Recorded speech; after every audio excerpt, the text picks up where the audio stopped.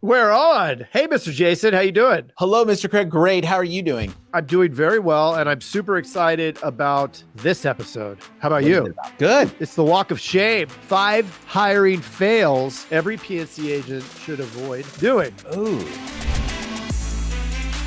Well, welcome everybody who's listening. This is the Insurance Dudes, and we're all grateful you're here. I thought it'd be fun to take a little stroll down memory lane and look at 5 of the biggest mistakes that probably cost us tens of thousands, if not hundreds of thousands of dollars over the span of years of learning, right? So number 1, it's the tuition. Yes. This is this is pre-COVID, 2019. I remember opening up the first hiring pitfall. So I opened up that second location, November 1st, 2019 was the date that it's opening. And I had to hire fast. Problem, right? Well, we got to hire fast, especially quantity. So my grand scale was to have 10 producers on day 1 and have 1 manager running it. That was a really wonderful notion to think. But if I wanted that, I had to start a lot earlier and gone through a lot more people, and also probably not had the notion that some other person was going to be able to run that operation, at least not in the beginning. So a lot of, I guess, false hopes in there. And what happened? Well, because we got so many people so fast,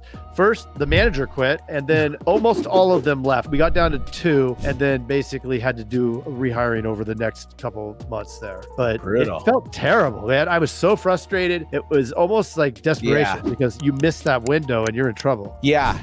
And I remember doing something very similar. Well, even opening our second agency, they give you the captive agency, gives you basically a month to ramp up, right? That you can write policies. So within that time, they want you to have 10 people at the end of that month. So we have to prospect on a ton of different sites. We have to bring in a ton of people. How do we do this? Should we do group interviews? We did group interviews. And then it was like, how many of those group interviews to the single interview, to the coming into the agency, to the training, to the get them ready to sell on the phone. So a lot of stuff. It's a lot of stuff. And it pushed us really hard. And it wasn't easy. I mean, there were tears involved.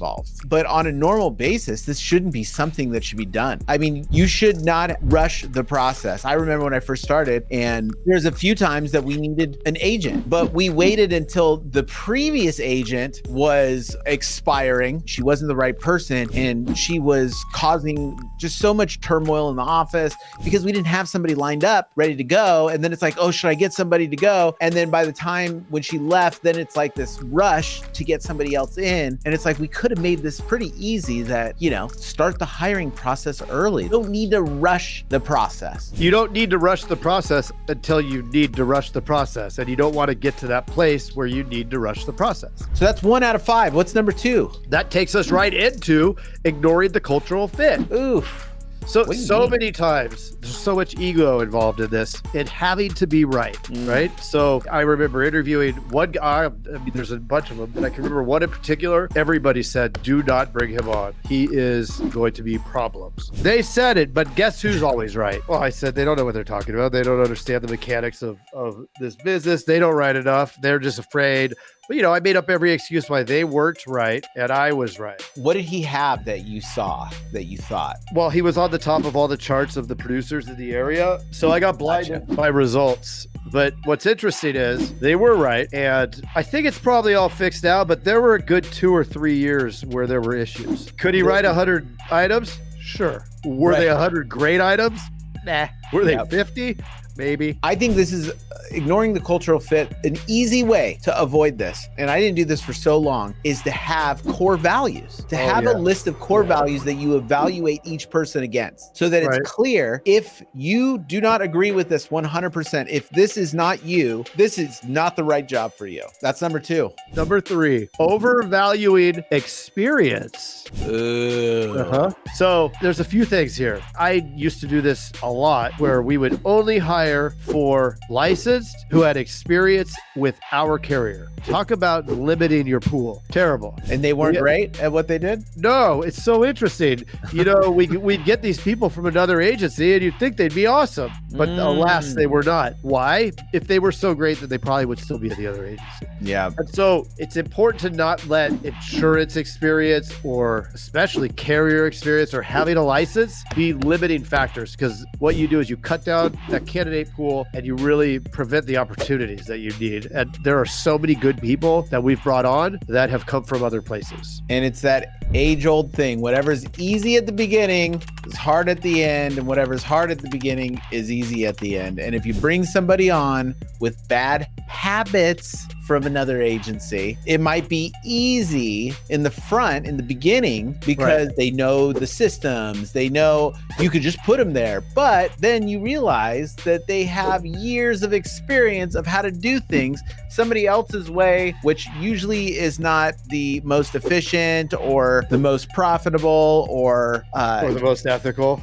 Yeah. So then untraining them in that becomes really hard at the back. Okay. That's number 3. Let's go. So skipping reference checks. I'm guilty. Mr. Jason, you're guilty. Oh, I bet you every person listening right now, guilty. This is something that's very simple to do. You pick up the phone, make a call, talk to somebody real quick, but failing to do that can cost you a lot of money. I remember bringing somebody on who was great in the interview.